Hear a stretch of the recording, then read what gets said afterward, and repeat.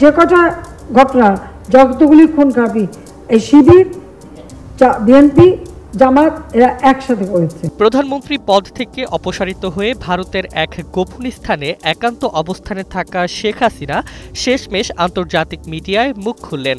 ভারতীয় গণমাধ্যম the new Indian এক্সপ্রেসের সাংবাদিক গৌতম লাহিড়ীর এক এক্সক্লুসিভ ইমেইল সাক্ষাৎকারে শেখ হাসিনা স্পষ্ট করে জানিয়ে দিয়েছেন, যদি সুযোগ পায় আওয়ামী লীগ আগামী সংসদ নির্বাচনে অংশ নেবে।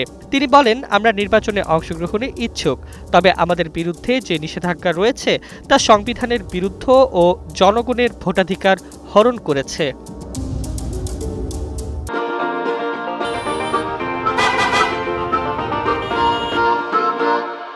এই সাক্ষাৎকারে প্রথমবারের মতো তিনি 2024 সালের 15 জুলাই থেকে আগস্টের 5 তারিখ পর্যন্ত চলা গণ অভ্যুত্থানে নিহতদের প্রসঙ্গে বাংলাদেশের হাজার হাজার নাগরিকের মৃত্যুর জন্য যে তিনি দায়ী সে কথা স্বীকার করেছেন।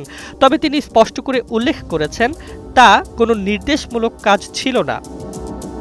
এর আগেও তিনটি বিশিষ্ট আন্তর্জাতিক সংবাদ মাধ্যম রয়টার্স, এএফপি ও দ্য ইন্ডিপেন্ডেন্ট একসাথে শেখ হাসিনার লেখাভিত্তিক সাক্ষাৎকার প্রকাশ করেছিল। বাংলাদেশি রাজনৈতিক পরিবেশে এটি বিরল উদ্যোগ হলেও জাতির কাছে হাসিনার এমন কাজ হাস্যকর। হাসিনা অভিযোগ করেছেন, বর্তমানে অনির্বাচিত প্রশাসন ও বিরোধী দল নিষেধাজ্ঞার কারণে দেশীয় গণতন্ত্র বিপন্ন অবস্থায় রয়েছে। সাক্ষাৎকার মেইলে তিনি উল্লেখ করেন, যখন কোনো নির্বাচিত সরকার নেই সেদিকেই যাচ্ছে আমাদের দেশ। অপরাধী হাসিনা নিঃসংকোচভাবে দেশের রাজনীতিতে পুনঃপ্রবেশের চেষ্টা করছেন।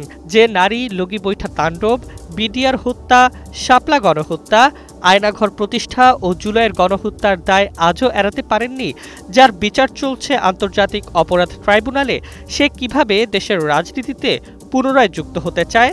সবকিছুর আড়ালে বড় প্রশ্ন হলো, রাজনীতির মাঠে কামব্যাক করতে চাওয়া শেখ হাসিনা বিদেশি গণমাধ্যমগুলোতে ইমেইলেই কেন সাক্ষাৎকার দিচ্ছেন? কেন হাসিনা আসছেন না ক্যামেরার সামনে? এ সকল প্রশ্ন আর সমালোচনাই এখন দেশের রাজনীতির মাঠে আলোচিত হচ্ছে।